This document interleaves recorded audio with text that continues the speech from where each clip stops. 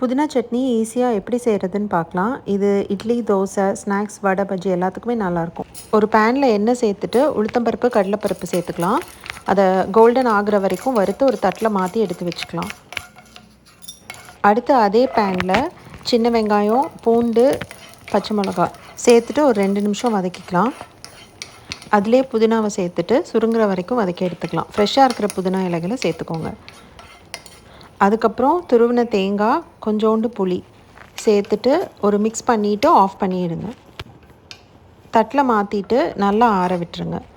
அதுக்கப்புறம் உப்பு, தண்ணி சேர்த்து கொஞ்சம் கொரப்பாக சட்னி கன்சிஸ்டன்சிக்கு அரைச்சி எடுத்துக்கோங்க. புதினா சட்னி நல்லா க்ரீனாக இருக்கணும்னா ஒரு பிஞ்ச் மஞ்சத்தூள் சேர்த்துக்கோங்க அரைக்கும் போது. இப்போ தாளிப்பு கொடுத்துடலாம். ஒரு பேனில் எண்ணெய் சேர்த்துட்டு கடுகு பொரிஞ்சதுக்கப்புறம் கொஞ்சம் பெருங்காயம், கருவேப்பிலை சேர்த்து ஒரு மிக்ஸ் பண்ணிவிட்டு ஆஃப் பண்ணிவிடுங்க. இந்த தாளிப்பை சட்னியில் சேர்த்துட்டு மிக்ஸ் பண்ணிவிடுங்க. புதினா சட்னி ரெடி. இட்லி, தோசை கூட வச்சு சாப்பிட்டு என்ஜாய் பண்ணுங்கள்.